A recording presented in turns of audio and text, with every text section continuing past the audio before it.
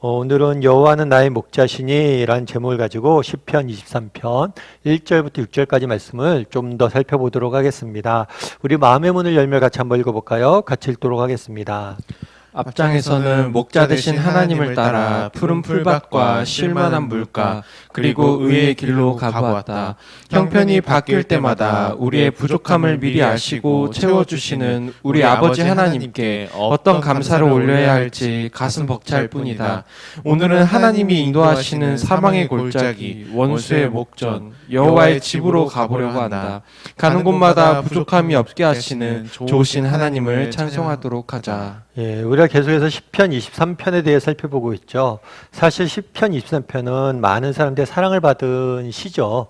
그리고 많이 알고 있는데, 그래서 우리가 이번에 시편 23편 살펴볼 때 목자 되신 하나님께서 우리를 어디로 인도하시는지 장소를 중심으로 우리가 좀 살펴봤으면 좋겠다라고 이야기를 하고 장소를 중심으로 우리가 좀 살펴보고 있어요. 그래서 지난주에는 푸른 풀밭과 쉴만한 물과 또 의의 길, 하나님께서 인도하시는 푸른 풀밭은 어디이고 쉴만한 물가는 어디이고 의의 길은 어디인지에 대해서 쭉 살펴봤습니다.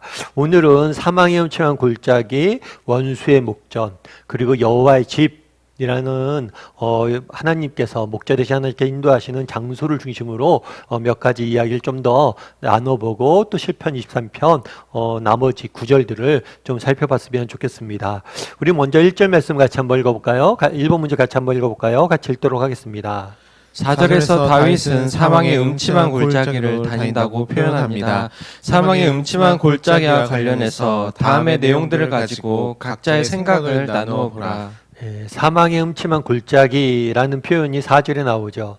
사실 여호와는 우리의 목자 되시는데 여호와께서 인도하시는 길이 반드시 좋은 길, 화려한 길만 아닌 것 같아요. 때로는 사망의 음침한 골짜기와 같은 것도 우리가 지날 때가 있죠. 그럼 사망의 음침한 골짜기란 무엇을 의미할까요? 아마 여러 가지 표현들이 가능하겠지만 인생의 깊은 고난과 역경 또 아픔과 슬픔의 시간들이 바로 이 사망의 골짜기가 아닐까 싶습니다. 그러면 이 사망의 골짜기에 대해서 다음에 구절들을 가지고 몇 가지 생각을 각자의 생각을 나눠보라 이렇게 문제가 되어 있죠. 그래갖고 우리가 나와 있는 게 뭐냐면 첫 번째 이런 거예요. 인생의 골짜기는 피할 수 없다. 여러분들은 어떻게 생각하세요? 인생의 골짜기는 피할 수 없다고 생각하세요? 사실 그렇죠. 오늘 시를 지은 사람이 누구예요? 다윗이에요. 다윗은 누구일까요? 다윗은 이스라엘 역사상 가장 위대한 왕이었어요. 그만큼 많은 존경을 받았고 많은 것들을 이루었던 사람이에요. 그럼에도 불구하고 다윗의 인생을 보면 뭐예요? 깊은 인생의 골짜기, 고난과 역경의 시간들이 존재했음을 보게 됩니다. 그래서 정말 인생을 산다는 것, 이 땅에 산다는 것은 참 이 골짜기를 피할 수 없는 것 같아요. 누구나 이 인생의 골짜기를 지나게 되어 있는 것 같아요. 아무리 능력이 뛰어난 사람이라 할지라도 아무리 많은 것을 가진 사람이라고 할지라도 이 골짜기는 피할 수 없는 게 아닌가라는 생각이 있습니다. 그리고 또한 인생의 골짜기는 예상할 수 없다. 피할 수 없을 뿐만 아니라 예상할 수 없다는 거예요. 사실 인생의 고난과 역경이 어려운 게 이 예측 불가능하다는 거예요. 사실 어쩌면 예측할 수 있다면 고난과 어려움이 아닐 수도 있겠죠. 근데 참 예측하기 어려워요. 예를 들면 그런 거겠죠. 우리가 이렇게 건강검진을 받습니다. 그래갖고 정기적으로 건강검진을 받으니까 이번에도 조금 특별한 일 없겠지. 그런데 불현듯 이상한 것이 보입니다. 하고 불현듯 참 이게 불현듯 찾아와요. 건강의 문제가. 근데 건강의 문제뿐만이 아니죠. 우리 자녀들도 그렇잖아요. 우리 자녀 잘 지내고 있구나. 건강히 잘 지내고 있구나. 이런 생각하고 있는데 어느 날 돌아보면 그 인생에 문제가 있는 것도 우리가 보게 돼요. 그러니까 참 우리가 인생의 골짜기 힘든 게 뭐냐면 예측할 수 없을 때 나타난다는 거예요. 뿐만 아니라 인생의 골짜기는 공평하다는 거죠. 공평. 그래서 여러분 가끔 그런 얘기를 듣죠. 고난 총량의 법칙. 그래서 어떻게 보면 우리가 인생의 골짜기를 우리가 인생을 살아가면서 어떤 사람 참 인생이 고난이 없고 그런 게 없는 것 같은데 궁극적으로 전 인생을 돌아보면 뭐예요? 한 사람이 경험하는 이 고난의 양이 비슷하다는 거예요. 참 어렸을 때 되게 고난을 당했던 사람이 있는데 나중에 정말 노년기가 되어서 평온한 삶을 사는 사람들이 있고 젊은 날 정말 평온하게 잘 살았는데 또 노년의 시기 보면 굉장히 큰 고난을 당하는 경우도 있고 참 고난의 인생의 고난을 골짜기를 피하지 않는 사람. 그러니까 누구나 인생의 골짜기에 머무르게 되고 또 고난을 통해서 우리가 겪게 되는 이 총량이란 것 자체가 비슷한 게 아닌가 이런 이야기를 많이 하는 거죠. 뿐만 아니라 인생의 골짜기는 일시적이다. 예를 들면 그런 거죠. 우리 선배들이 가장 좋아했던 이야기, 표현 중에 하나가 그런 거죠. 이 또한 지나가리라. 이 또한 지나가리라. 참 힘들고 어렵고 정말 끝나지 않을 것 같은 그런 고난의 시기에 접할 때가 있어요. 그런데 돌이켜보면 어느 순간 그것을 지나고 또 물론 계속해서 인생의 고난이 끊이진 않지만 어느 순간에 내가 정말 이거는 큰일이다 싶은데 어느 순간 지나가 있는 모습들을 보게 된다는 거죠. 그래서 정말 인생의 골짜기가 이런 고난과 역경이 영원히 지속될 것 같지만 지나보면 또 일시적이란 것, 이 또한 지나간 것을 우리가 보게 돼요. 그리고 또 한 가지 인생의 골짜기는 목적이 있다. 이거는 특별히 믿는 사람인 우리에게 해당되는 얘기겠죠. 욥기 23편 53장 10절에 보면 이렇게 되어 있어요. 그러나 내가 가는 길을 그가 아시나니 그가 나를 단련시킨 후에는 내가 정금같이 나오리라. 예, 하나님께서 우리의 가는 길을 아신다는 거죠. 그래서 우리를 뭘 하는 거예요? 단련시킨다는 거예요. 우리를 다듬고 훈련시킨다는 거예요.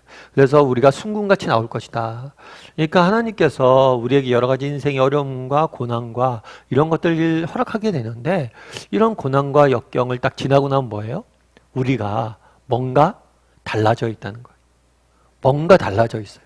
그래서 고난을 지나고 나온 사람들은 뭔가 달라져 있다는 거예요. 그래서 여러분 한번 오늘 여기 몇 가지 항목에 대해서 나눴잖아요. 이것에 대해서 각자 생각이 어떤지 한번 나눠보세요. 다락방에서 이야기할 때 순장님 저는 참 이거는 조금 동의가 안 돼요. 그럼 왜 동의가 안 되는지도 이야기 나눠보고 참 이 말은 제가 공감이 돼요. 그럼 왜 공감이 되는지도 한번 나눠보고 그래서 오늘 쭉 이렇게 나와 있는데 공감되는 말은 무엇인지 또 이거는 좀 의문이 들어요 하는 말은 무엇인지 한번 나눠보고요. 그런 것들은 또 의문이 들 수 있죠. 그런 것들은 또 우리가 배워가면서 계속해서 찾아갈 수 있지 않을까 싶습니다. 우리 이번 문제 같이 한번 읽어볼까요? 다윗은 이스라엘 역사상 가장 위대한 왕이었다. 뿐만 아니라 하나님의 마음에 합한 사람이라고 불렸던 사람이었다. 그럼에도 불구하고 다윗 역시 인생의 골짜기를 만날 수밖에 없다. 그런데 다윗은 인생의 골짜기에서도 두려움에 빠지지 않았다고 말한다. 그 이유는 무엇인지 찾아보라. 그러니까 목자가 우리를 인생의 골짜기로 인도할 때가 있어요. 그런데 다윗은 인생의 골짜기에 있었다라고 표현하지 않아요. 이 인생의 골짜기에 있었지만 내가 이곳에서 정말 두려워하지 않았다라고 이야기합니다. 그렇다면 그 이유가 뭐냐는 거죠. 우리 4절을 한번 같이 한번 읽어볼까요? 내가 사망의 음침한 골짜기로 다닐지라도 해를 두려워하지 않을 것은 주께서 나와 함께 하심이라. 주의 지팡이와 막대기가 나를 안위하시나이다. 여기서 우리가 사망의 음침한 골짜기로 다닐지라도 여기서 다닐지라도 푸른 초장에 누이시고 어디다 머문다라는 표현을 안 해요. 그러니까 다닌다는 거쳐간다라는 의미예요. 다르게 이야기하면 이거는 뭐라고 표현해야 될까요? 임시적. 아까 얘기했던 임시적이고 일시적이란 거예요. 아마 사망의 음침한 골짜기를 다닐지라도 라는 표현은 다윗의 목자의 경험에서 나온 게 아닌가 싶어요. 이스라엘 지방은 우리가 알고 있듯이 하나님께서 가나안 땅으로 이스라엘 백성들을 인도했잖아요. 그럴 때 뭐라고 표현했냐면 젖과 꿀이 흐르는 땅을 가나안 땅이라고 이야기를 해요. 그럼 이 젖과 꿀이 흐른다는 건 어떤 표현일까요? 이 젖은 목축이에요, 목축. 양 같은 걸 우리가 기르면 젖이 풍부한 거예요. 그 다음에 꿀은 우리가 알고 있는 벌꿀 이런 꿀이 아니에요. 포도나무를 심으면 포도나무에서 포도즙이 나오죠. 그리고 포도즙이 굉장히 답니다. 그래서 포도즙을 가지고 우리 잼도 만들고 이러죠. 그래서 이게 달다, 포도나무에 나온 열매가 달다 했을 때 꿀이라는 표현을 써요. 다르게 얘기하면 이 땅은 어떤 땅이냐면 가나안 땅은 어떤 땅이냐면 목축하기 좋고 농업짓기 좋은 땅이에요. 그런데 보통은 어떻게 되냐면 이렇게 고원지대가 있고요.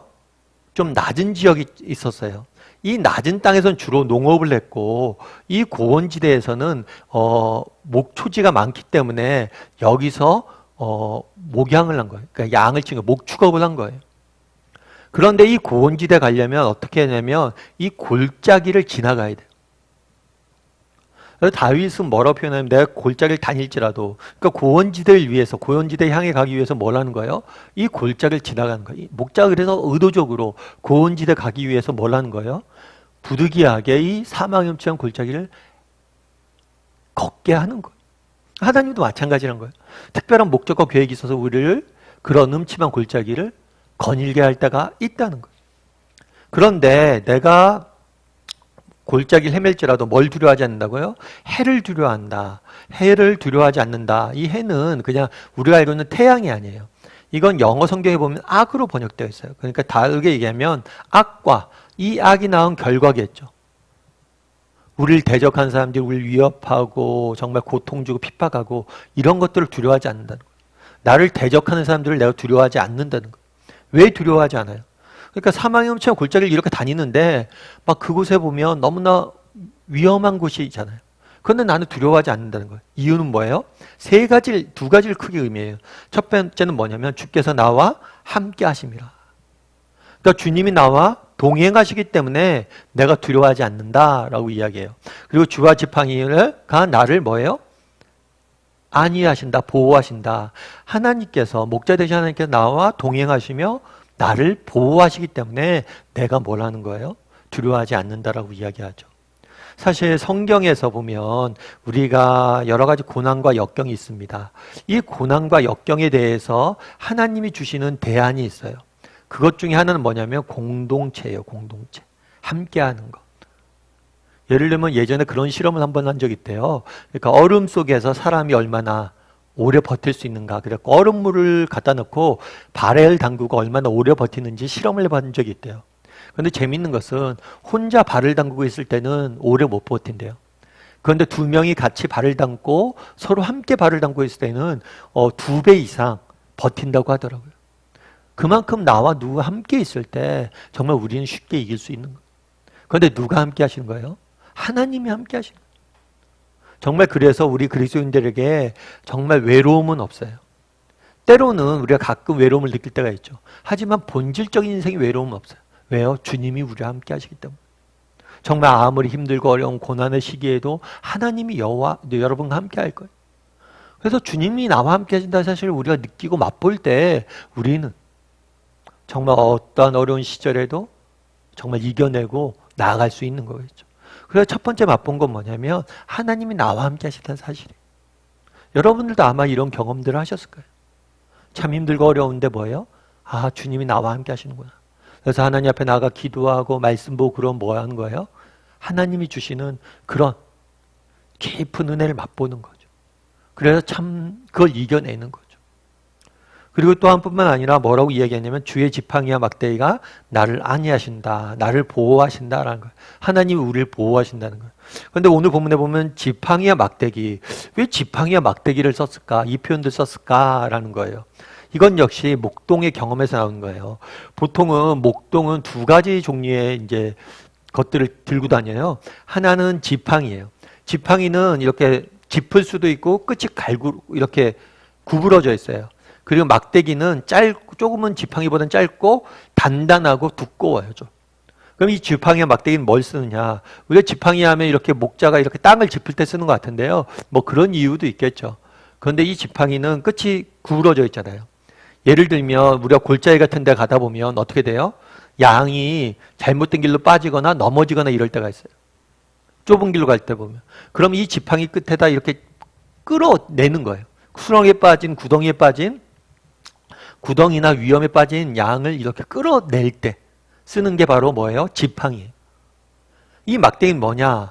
사자나 뭐 이렇게 늑대나 막 이런 것들이 덤벼들 때 이 막대기로 싸우는 거예요. 그래서 이 지팡이는 쓰러진 양을 이렇게 세울 때, 구덩이에 빠진 양 구해낼 때, 막대기는 외부의 적으로부터 지킬 때. 그래서 하나님께서 우리를 보호하시는데 뭐냐면 외적인 어려움으로부터 우리를 지키세요. 사실 뭐 그런 얘기가 들 수가 있겠죠. 진짜 하나님께서 지키세요? 지켜요. 우리가 나중에 천국에 가면 알 거예요. 정말 저는 그래서 기도할 때 뭐 군대에 가거나 또 해외 나가는 자녀들 있으면 그런 기도 많이 해요. 정말 우리가 알 수 없는 위험이 있는 것이고 하나님 미리 가서 좀 싸워달라고. 미리 가서 다 지켜달라고. 그래서 우리가 정말 나중에 알 거예요. 나는 그냥 하나님 도움 없이 평안히 이렇게 살았는데요. 알고 보면 미리 하나님께 다 가서 싸워주고 계시는 거예요. 지켜주고 계시는 거예요. 뿐만 아니라 지팡이는 뭐예요? 우리가 어려움에 빠졌을 때 우리를 구해야 되는 거죠. 우리를 힘을 주는 거죠. 새 힘을 주는 거예요. 구덩이에 빠져 있으면 도저히 앞으로 갈 수 없잖아요. 그럼 이 구덩이에서 빠지는 양을 끌어내서 계속해서 앞으로 갈 수 있도록 힘을 주시는 거죠. 그래서 고린도전서 10장 13절에 보면 바울이 되게 멋진 표현을 썼어요. 한번 읽어볼까요? 같이 읽도록 하겠습니다. 사람이 감당할 시험 밖에는 너희가 당한 것이 없나니 오직 하나님은 미쁘사 너희가 감당하지 못할 시험 당함을 허락하지 아니하시고 시험 당할 즈음에 또한 피할 길을 내사 너희로 능히 감당하게 하시느니라. 하나님 뭐라고 해요? 감당할 시험 밖에는 우리에게 주지 않았다. 그러니까 우리에게 고난이 있어요. 역경이 있어요. 그러면 감당할 만하다. 그러니까 우리가 이길 수 있다는 거예요. 이길 만한 고난을 허락하신다는 거예요. 그런데 혹시라도 우리가 고난을 이길 수 없는 고난도 있지 않아요? 목사님? 맞죠? 그럴 때는 뭐 한다고 그래요? 시험 당할 중에 피할 길을 주신다. 그러니까 사망이 넘치면 골짜기 헤매라도 우리가 두려워할 필요가 없어요. 왜냐하면 우리 둘 중에 하나예요. 하나님께서 우리에게 이길 힘을 주시던가 아니면 피할 길을 내시는가. 둘 중에 하나예요. 때로는 지팡이로 우리를 이렇게 세워서 힘을 주셔서 우리가 계속해서 길을 걸어가게 하시든가 아니면 막대기로 우리에게 정말 어려움들 다 하나님께 해결해 주시든가. 그래서 여러분들이 이 사실에 대해서 좀 확신을 했으면 좋겠어요. 다윗이 얘기했잖아요. 우리는 피할 길과 무엇을 주신다? 이길 힘을 주실 것이다. 이렇게 이야기하는 거예요. 그럼 우리 3번 문제 같이 한번 읽어볼까요? 같이 읽도록 하겠습니다. 목자의 지팡이는 쓰러진 양을 일으켜 세우는데 막대기는 양을 해치려는 짐승을 물리치는데 사용된다. 당신은 인생의 골짜기를 다닌 적이 있는가? 인생의 골짜기를 통해 얻은 교훈이나 누린 은혜가 있다면 나누어 보라. 한번 나눠 보세요. 다윗은 오늘 골짜기에서 어떤 은혜를 누렸다고 그랬어요? 동행과 보호라는 그런 하나님의 은혜를 누렸다고 그랬어요. 그리고 또 우리도 이런 은혜를 누린 적이 있는지 한번 이야기를 조금 나눠보면 좋을 것 같아요. 다윗 같은 경우에도 참 제가 늘 말씀드리지만 다윗 같은 경우에는 어떤 거예요? 다윗은 왕궁이 어울리는 사람이 아니에요. 다윗 인생을 여러분 한번 보세요. 그런데 다윗이 광야에서 굉장히 많이 헤맸던 사람이에요. 다윗이 어렸을 때 목자였죠. 목자였을 때도 양들을 잃고 광야에서 많이 다녔습니다. 그러다가 어느 날 어떤 일이 있었어요? 전쟁이 났어요. 블레셋과 전쟁이 났어요. 형들이 전쟁에 참여하죠. 다윗이 뭘래요? 도시락을 가지고 형들에게 찾아가요. 도시락을 가지고 찾아가서 형들에게 전해주려고. 그런데 블레셋의 골리앗이라는 사람이 이스라엘 백성들을 모욕하고 있죠. 그래서 다윗이 이 블레셋의 골리앗과 맞서 싸웁니다. 싸워서 승리해요. 그래서 사람들이 이렇게 일확스타가 됐죠. 많은 사람들이 사울은 천천히요, 다윗은 만만이다. 다윗을 높이죠. 그러다 보니까 뭐예요? 사울의 시기를 받죠. 시기를 받아서 광야에서 계속해서 도망다녀요. 생각해 보세요. 다윗이 목자였을 때 자기가 이렇게 전쟁 영웅이 될 줄 알았겠습니까? 또 골리앗을 이겼을 때, 전쟁 영웅이 되었을 때 이로 인해서 자기가 광야에 쫓길 걸 알았어요. 아까 우리가 그런 얘기를 했잖아요. 인생의 골짜기는 예측 불허하다. 다윗이 그랬어요. 한순간도 내 뜻대로 내 계획대로 인생이 된 적이 없었던 거예요. 뿐만 아니라 그는 늘 광야에 이렇게 쫓겨다녔어요. 그런데 이 광야의 시간들이 뭐예요? 헛된 시간들은 아니었다는 거예요. 하나님께서 이 광야의 시간들을 통해서 뭐예요? 정말 다윗을 리더로서 훈련시키시고 사람을 붙이시고 늘 준비해 갔다는 거예요. 그래서 정말 돌이켜보면 어려움들도 있었지만 하나님께서 뭘 했어요? 다윗을 생명을 지켜주셨죠. 생명을 지켜주셨을 뿐만 아니라 이 시간을 통해서 다윗을 훈련시키셨죠. 다윗을 훈련시켰을 뿐만 아니라 더 귀한 것, 더 좋은 것으로 다윗의 인생을 채워주시기 위해서 준비시키고 있었던 거예요. 그래서 여러분들도 한번 나눠보세요. 이렇게 하나님 참 내가 인생의 깊은 골짜기를 다녔는데 참 그때 하나님께서 누렸던, 하나님께서 주셨던 은혜, 그리고 또한 뭐라고 할까, 하나님께서 내 인생에 베푸셨던 그런 은혜들이 있는가. 하나님과 동행하면서 또 하나님이 내 인생에 이길 힘도 주시고 피할 길도 내시는 그런 은혜를 맛본 적이 있는지. 제가 예전에 어떤 집사님 간증 한번 읽었어요. 근데 이 집사님은 어려서부터 모태신앙이었어요. 모태신앙인데 모태신앙 중에서 그러신 분이 있잖아요. 미지근한 신앙, 뜨거운 신앙이 아니라 미지근한 신앙. 자기가 그랬대요. 모태신앙인데 어려서 하나님을 아는데 그렇게 뜨거운 열정이 없었대요. 근데 이제 남편을 만났죠. 남편을 만났는데 남편이 좋았던 이유는 뭐냐면 자기와 다르게 모태신앙이 아니라 그런지 뜨거움이 있었대요. 그래갖고 남편이랑 이제 결혼을 했죠. 결혼을 했는데 참 결혼했는데 안타까운 건 뭐냐면 결혼을 해서 자녀를 빨리 갖고 싶었대 본인이. 그런데 하나님께 자녀를 안 주시는 거예요. 5년 동안 계속해서 자녀를 안 주시는 거예요. 새벽 예배도 나갔대요. 그래서 하나님 우리 자녀를 달라고. 근데 계속해서 결혼했는데 자녀가 안 생기는 거예요. 처음에 뭐 1년, 2년은 그렇다 생각하는데 3년, 4년, 5년 돼 보세요. 그럼 여러 가지 생각이 들죠. 하나님께서 내게 자녀를 허락하지 않는 거 아닌가? 난 평생 자녀를 못 갖는 거 아닌가? 그런 마음이 생기죠. 뿐만 아니라 뭐 이렇게 해서 자녀까지 안 생겼는데 허리 디스크 때문에 굉장히 고생을 많이 했대요. 허리 디스크까지 와서. 그래갖고 젊은 날 내가 이 젊은데 이게 무슨 고생인가? 애도 없고 몸도 아프고 그런 생각이 되게 많이 들었대요. 그래서 나중에 어떤 생각이 들어요? 나중에 그러다가 5년 뒤에 이제 아이를 하나님께 주신 거예요. 하나님 주신 다음에 생각해 보니까 참 가장 좋은 때 하나님께서 주셨다는 거예요. 어쩌면 그 전에 주셨다면 내가 어쩌면 준비가 되지 않았다는 거예요. 영적으로나 정서적으로나 모든 면에서. 어쩌면 그때 아이가 일찍 주셨다면 내가 더 오히려 손해가 아니었을까. 오히려 정말 아이가 없어서 매일같이 새벽 예배 나가면서 받았던 은혜들. 또 그걸 통해서 내가 준비되어졌던 것들이 있었기 때문에 정말 객관적인 내 영적으로 또 환경도 주변 환경도 그렇고 그때 굉장히 여건이 좋지 않았다. 그런데 딱 가장 좋은 때 아이를 주신 게 아닌가 그러면서 그렇게 썼더라고요. 그 이후로는 나는 다르게 기도합니다. 모든 지각에 뛰어난 하나님의 평강을 의지하여 아무것도 염려하지 않고 또 그리 아니하실지라도 좌절하지 않고 감사함으로 하나님의 뜻을 엽죽고 하나님의 때를 기다립니다. 물론 보이지 않는 것을 말씀만 붙잡고 기다리는 것은 결코 쉬운 일이 아닙니다. 하지만 입으로 먼저 고백하고 기도를 부탁드리려고 늘 노력합니다. 매 순간 얇은 펜으로 제 인생의 설교대문을 맞춤형으로 그리신 하나님을 찬양합니다. 그런 경험들을 하다 보니까 이제 좀 다르게 기도한다는 거예요. 그래도 덜 염려하고 믿고 정말 하나님께서 계획이 있겠구나. 내 인생을 펜으로 내 인생의 계획을 그리고 계시구나. 그걸 기억하고 기도한다. 여러분도 한번 나눠보세요.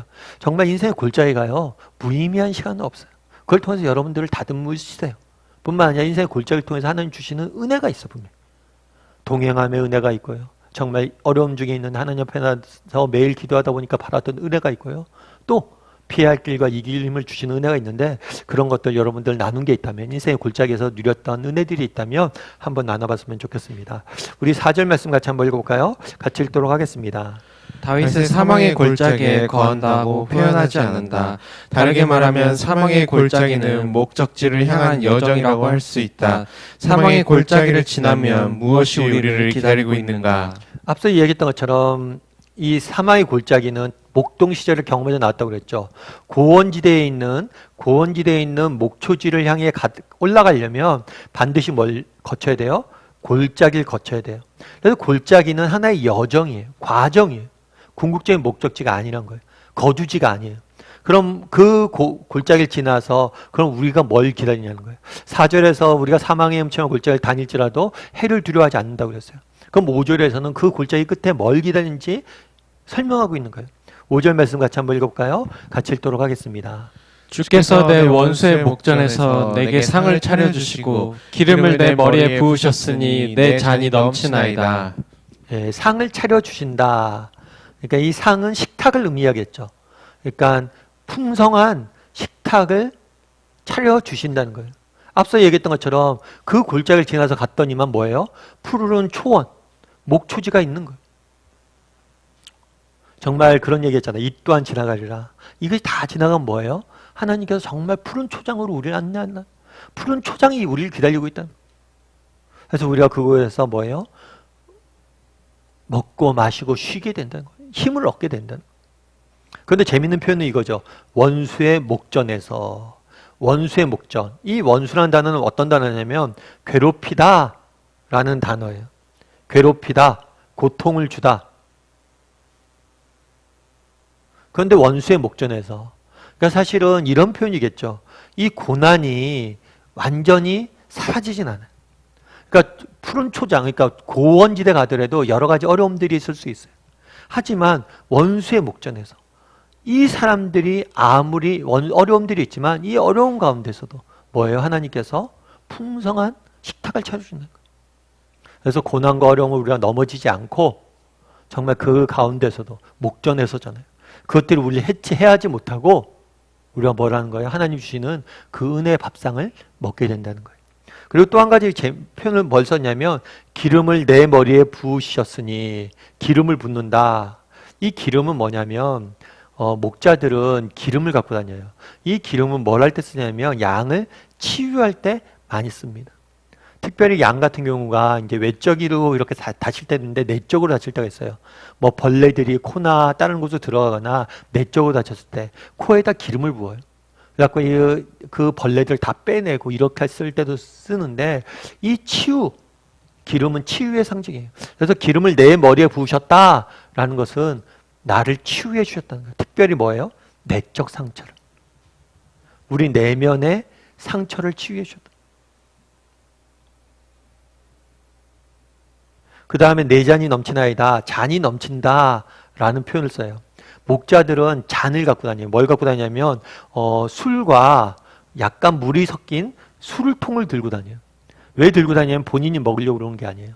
중간중간에 이렇게 고원지대나 이렇게 골짜기를 지나가다 보면 추위를 만날 때가 있어요. 우리도 병이 걸리면 춥고 떨릴 때가 있죠. 그럴 때 이 추위를 만난 양에게 뭘 하는 거예요? 이걸 먹이는 거예요. 그래서 추위로부터 지켜내는 거예요. 그런데 재밌는 표현이 뭐냐면 넘친다는 표현이에요. 넘친다. 그러니까 이것은 잔이 넘친다는 것은 아끼지 아니한다는 표현이겠죠. 아끼지 않는다. 그런데 이 잔이 넘친다는 표현은 또 한 가지 재밌는 게 있어요. 그건 뭐냐면 중동 지방에서는 이런 게 있어요. 어떤 게 있냐면 손님이 와요. 손님이 오면 같이 손님을 대접을 하잖아요. 대접을 하는데 이 손님 앞에 있는 잔이 있잖아요. 잔을 늘 채워줘요. 그 잔이 차 있으면 뭐예요? 나는 여기 계속 머물러도 된다는 거예요. 그런데 손님이 갔으면 좋겠어요. 그럼 잔을 안 채워줘요. 그럼 손님이 알아서 여기서 떠날 때가 됐구나 하고 나가는 거예요. 잔이 넘친다는 것은 늘 함께 뭐예요? 풍성히 나를 끝까지 보호하시고 채워주신다는 의미예요. 그래서 5절에서 뭘 하냐면 우리의 원수의 목전에서, 그러니까 우리도 이 땅을 살다 보면 이 땅의 여정 가운데는 이렇게 괴로움들이 정말 늘 있을 거예요. 하지만 그 앞에서 우리를 치유하시고 우리 내면을 치유하시고 우리를 풍성히 먹이시고 또 뭘 할 거라는 거예요? 우리의 잔을 넘치게 풍성히 우리의 쓸 것을 채우시는 하나님에 대해서 고백하고 있는 거예요. 여러분들은 어떠세요? 우리 하나님께서 이렇게 우리의 인생을 채우시는 분이심을 믿으세요? 우리 5번 문제 같이 한번 읽어볼까요? 같이 읽도록 하겠습니다. 이 땅을 살다 보면 마음의 상처를 피할 수 없다.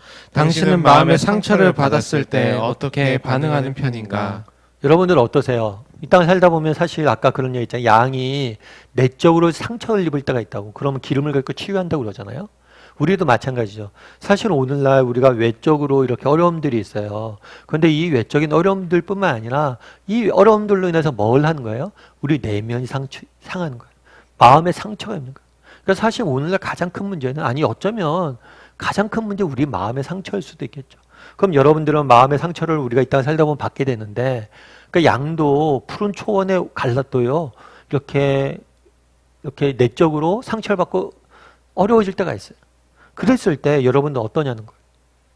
아무리 좋은 환경에서도 마음의 상처를 받아요. 그럼 이 마음의 상처를 받았을 때 여러분들은 어떻게 반응하는 편인가 한번 나눠보세요. 마음의 상처를 받았을 때 어떻게 반응하는 편인지. 우리가 마음의 상처를 받았을 때 여러 가지 반응 방법이 있는데요. 첫 번째로 우리가 기억할 건 뭐냐면 부인해서는 안 돼요. 우리가 그런 얘기를 할 수가 있어요. 내가 믿음이 있는데 상처받으면 안 되지. 내가 그래도 엄마인데 애들한테 상처받으면 안 되지.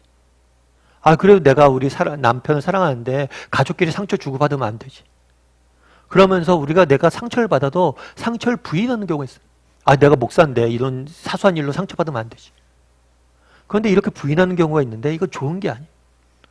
다윗도 마찬가지예요. 다윗도 시편 읽어보세요. 다윗의 시편 읽어보면 자기가 상처받은 걸 다 이야기해요. 다윗처럼 하나님 마음이 아픈 사람이다라는 칭호를 받을 때 믿음이 좋은 사람도 뭐예요? 상처를 받을 수 있다는 거예요.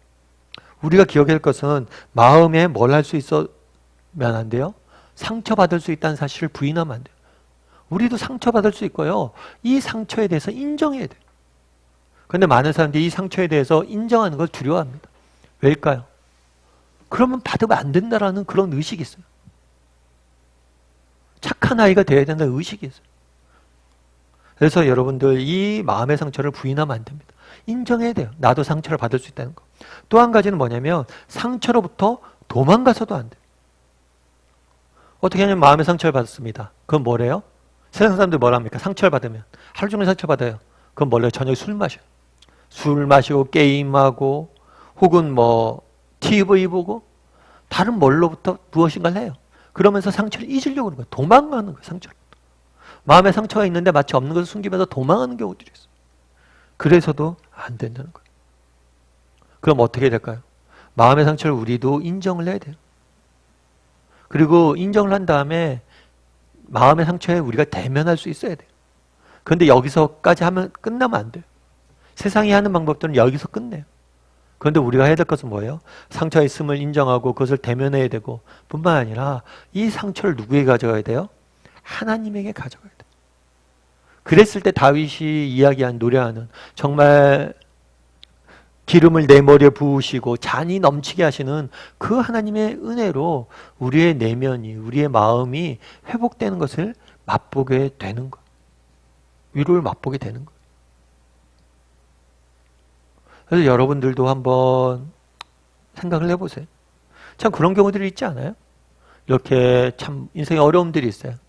그런데 하나님 앞에 나가서 기도하거나 이렇게 또 우리가 말씀 보거나 아니면 찬양 듣거나 이러면 현실은 바뀌지 않았는데 그래도 내면에 깊은 위로를 맛보는 경우가 있죠. 정말 그래, 나 하나님이 나의 인생 지켜주신다고 그랬어.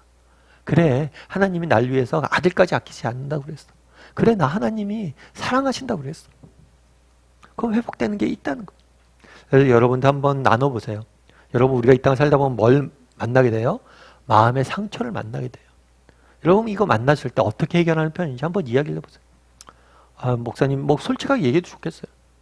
뭐 그냥 뭐 아까 도망가면 안 된다 그렇지만 뭐 예를 들면 그런 거죠. 마음의 상처가 있을 때 사람들 만나서 수다 떠는 것도 좋은 해결 방법이겠죠. 그러니까 여러 가지 여러분들이 마음의 상처를 받았을 때 어떻게 해결하는지 한번 쭉 나눠보고요. 그런데 중요한 건 뭐예요? 우리가 마음의 상처를 받았을 때 다양한 해결 방법이 있는데 가장 중요한 해결 방법 중에 하나는 뭐예요? 하나님 앞에 가져가세요. 그리고 여러분의 상처를 내려놓고 이야기하세요. 하나님, 정말 내가 이것이 힘듭니다. 이래서 아픔이 있습니다. 그러면 하나님께서 여러분들 치유하실 거예요. 다윗은 그걸 맛본 거예요. 다윗이 시편 23편 오늘 우리가 배우고 있잖아요.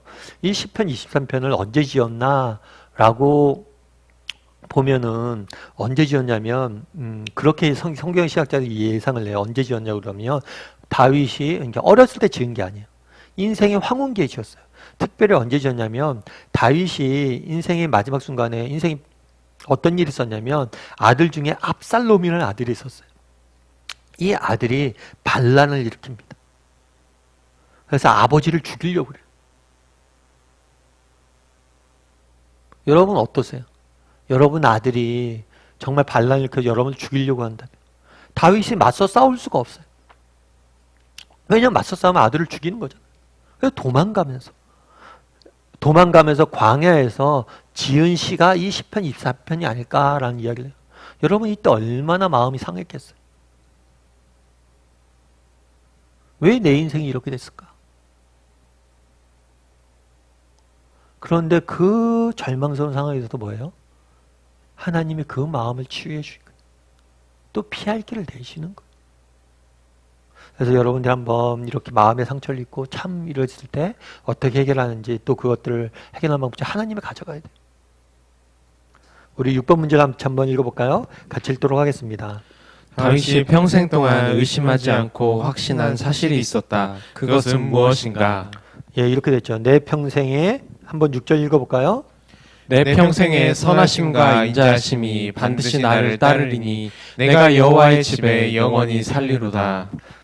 내 평생에 이렇게 돼 있죠. 근데 이 영어 성경으로 보면 좀 더 재밌어요. All the days of my life예요. 다르게 얘기하면 내 생의 모든 날들, 그러니까 단 하루도 예외 없이 따르는 게 있다. 단 하루도 예외가 없다는 거예요. 반드시 나를 따르리니 라고 돼 있는데 그 결과 뭘 한다고 그러는 거예요? 여호와의 집에 영원히 살리로다. 다윗이 머물고 가졌던 확신이 있어요. 그건 뭐예요? 내가 여호와의 집에 돌아갈 것이고 거기서 영원히 살게 될 것이다. 다윗은 이 땅의 삶이 우리 이 땅이 우리의 본향이 아님을 알았어요. 우리가 돌아갈 본향은 따로 있음을 알았어요. 그래서 나는 언젠가 반드시 하나님의 집에 돌아갈 것이고 그곳에서 영원히 하나님과 거하게 될 것이다 라는 확신이 있었던 거예요. 그래서 이제 요한복음에 보면 14절 2절에 3절에 이렇게 되어 있죠. 같이 한번 읽어볼까요? 내 아버지 집에 거할 곳이 많도다. 그렇지 않으면 너희에게 일렀으리라.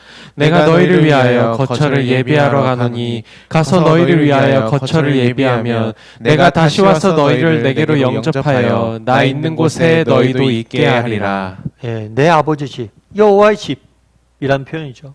거할 곳이 많도다. 이 내 아버지의 집은 언젠가 우리가 가야 될 천국이에요. 하나님 나라예요. 그것은 우리의 본향이죠. 이곳에는 거할 곳이 많다고 이야기해요. 우리가 그곳에서 하나님과 영원히 거하게 될 것이다. 다윗은 이런 확신이 있었던 거예요. 특별히 이게 목동의 개념 속에서도 나온 개념인데요. 예를 들면 아까 이런 얘기했잖아요. 이 사망의 음침한 골짜기를 지나서 고원지대에 들어갔다고 합니다. 근데 이 고원지대에서도 겨울이 오면 이 고원지대에서도 계속 머물 수가 없어요.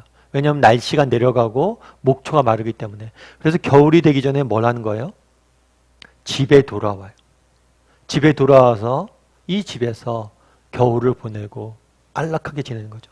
이 귀향, 집으로 돌아오는 것, 그 개념을 이야기하는 거예요. 그래서 내가 목자였을 때 고원지에서 이렇게 원수의 목전에서 이렇게 양들을 키우다가도 맨 마지막에 뭐 하는 거예요? 집으로 돌아감으로 모든 여정이 끝나는 거예요. 마찬가지로 우리 인생의 여정은 어디서 끝나는 거예요? 이 집에 돌아가는 것. 우리의 본향에 돌아가는 거 끝나게 된다는 거죠. 우리 7번 문제 같이 한번 읽어볼까요? 같이 읽도록 하겠습니다. 다윗이 여호와의 집에 영원히 거할 수 있을 것이라는 확신을 가졌던 근거가 어디에 있는가? 선하심과 인자하심이란 말을 가지고 생각해보라. 예, 이렇게 되어 있죠. 내 평생에 아까 얘기했던 것처럼 이건 all the days of my life예요. 그러니까 매 순간, 매 순간 나를 따르리니 라고 되어 있는데 이 따른다라는 표현은 좀 재밌는 표현이에요. 이 따른다는 것은 뒤쫓아온다 라는 개념이에요. 뒤쫓아온다. 그런데 이게 뭐냐면 여러분들 이제 목축을 할 때 소는 몬다라고 이야기를 해요. 그리고 근데 양은 끈다라고 이야기해요. 다르게 말하면 소를 몰 때는 뒤에서 몰아요. 뒤에서 워이 하면서 몰죠. 근데 양은 앞에서 이끌어요. 왜 이끄냐면 양은 앞을 거의 못 보잖아요. 그러니까 목자의 소리를 듣고 쫓아오게 해요. 그런데 이런 목자의 소리를 듣고 쫓아올 때 뒤처지거나 다른 길로 가는 사람들이 있죠. 그래서 뒤에 뭐가 있냐면 양치기 개가 있어요. 양치기 개가 이 양떼, 목떼를 계속해서 쫓아오는 거예요. 그러면 딴 길로 못 가게 하는 거죠. 이 따른다라는 표현은 뭐냐면 이 양치기 개들이 계속해서 쫓아오는 거예요. 그런데 반드시 나를 따라오는 것들이 있다는 거예요. 그건 뭐예요? 선하심과 인자하심. 이 두 가지가 내 인생에 반드시 있어서 이 두 가지로 뭘 하는 거예요? 나는 여호와의 집에 영원히 거하게 된다는 거예요. 그럼 이 선하심과 인자하심은 뭐냐는 거예요? 이 선하심이란 건 그런 거죠. 정말 하나님께서 선하게 우리를 인도하신다는 거예요. 때로는 우리가 이제 이게 선한다는 굿이라는 좋다라는 거 좋다라는 거거든요. 그러니까 때로는 우리 인생에 역경도 있고 어려움이 있어요. 근데 나중에 돌아보면 하나님께 좋은 것을 주시기 위해서 그런 것들을 허락하셨다는 거죠. 그럼 인자하심은 뭐냐? 인자하심이라는 이거는 자비예요, 자비. 예를 들면 그런 거예요. 서양 속담에 우리 인생의 10%는 내게 어떤 일이 일어났냐로 결정했지만 나머지 90%는 내가 그것에 어떻게 반응했느냐로 결정된다는 말이 있어요. 다르게 말하면 우리 인생을 망치는 건 누구예요? 우리 자신이에요. 우리가 잘못 반응해서 그런 거예요. 때로는 우리가 실수할 수 있죠. 우리가 실수를 할 수 있어요. 실패할 수 있어요. 그런데 하나님께서, 인자하신 하나님께서, 자비로우신 하나님께서 우리가 실패하고 넘어지지만 우리를 다시 회복시킨다는 거예요. 다윗도 마찬가지예요. 다윗도 참 그런 걸 많이 경험한 거죠. 어렸을 때 아까 제가 얘기했죠. 광야에서 보낸 시간들이 많았어요. 그런데 이 광야에서 보낸 시간이 정말 헛된 시간 아니었다는 거예요. 하나님께서 이 시간들을 통해서 자기를 빚으시는 하나님의 손길을 맛본 거예요. 그래서 선하심을 맛본 거죠. 뿐만 아니라 다윗은 실수가 많았던 사람이에요. 정말 하나님께서 인생에 정말 많은 왕으로 세우시고 많은 것도 허락하셨죠. 그런데 남의 자기 부하의 아내를 탐해서 범죄하게 되죠. 뿐만 아니라 압살롬이 아까 말년에 압살롬이 반란을 일으켰다고 그랬는데 그것도 자녀에 대해 자기가 잘못 교육한 면이 있는 거죠. 그런데 불구하고 이런 실수들을 뭐 하는 거예요? 하나님이 덮어주신다. 하나님이 덮어주신다. 우리 자녀들 그런 거 아니에요? 자녀들한테 맨날 우리 그런 얘기 하죠. 야, 방 좀 치워라. 그 방 좀 치우라고 혼내면 어때요? 방 치우죠. 치우는 척하죠, 사실은. 근데 사실 좀 지나면 뭐예요? 금방 방 어지러집니다.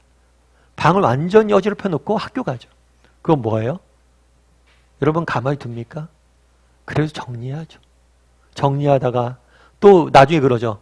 뭐 맨날 뭐 잊어버리고 그러면 야, 네가 정리를 해서 좀 찾아라. 근데 정리를 안 하니까 맨날 잊어버리고 그러죠. 그럼 뭐 잊어버리고 막 짜증내고 그러면 뭐예요? 또 찾아주잖아요, 부모가. 그게 부모의 심정이잖아요. 하나님도 마찬가지란 거예요. 우리에게 참 이렇게 살아야지라고 얘기하는데 우리가 못 살잖아요. 그런데 뭐예요? 그걸 다 회복시켜 준다는 거예요. 그래서 선하심과 더불어 다윗은 뭘 얘기하는 거예요? 인자하심을 얘기하는 거예요. 그래서 선하시고 인자하신 하나님께서 우리를 어디로 인도하신다? 여호와의 집에 인도하신다는 거예요. 8번 문제 같이 한번 읽어볼까요? 당신은 여호와의 집에 영원히 거할 것이라는 확신이 있는가? 이런 확신이 당신의 삶에 어떤 변화를 가져왔는지 나누어 보라. 네, 한번 나눠보죠. 여러분, 여호와의 집에 영원히 거하게 될 것이라는 확신이 있어요? 다르게 말하면 이 여호와의 집에 영원히 거한다는 확신은 뭐냐면 해피엔딩이에요. 해피엔딩. 여러분, 우리 인생은 뭐예요? 궁극적으로 우리 인생은 해피엔딩이에요. 여러분, 이 확신이 있으세요? 내 인생은 해피엔딩이다. 이런 확신이 있어요? 다윗은 맨 마지막 시의 6절을 뭐라고 한 거예요? 내가 여호와의 집에 영원히 거하게 될 것이다 라는 말로 끝내는 거예요. 다르게 말하면 우리 인생에 목자 되신 하나님께서 우리 인생을 마지막에 어떻게 하신다는 거예요? 해피엔딩 하신다. 해피. 여러분, 이 해피엔딩에 대한 확신이 있으세요? 확신이 있다면, 이걸 정말 확신한다면 우리 삶은 어떻게 될까요? 여러분, 우리 삶은 어떻게 될까요?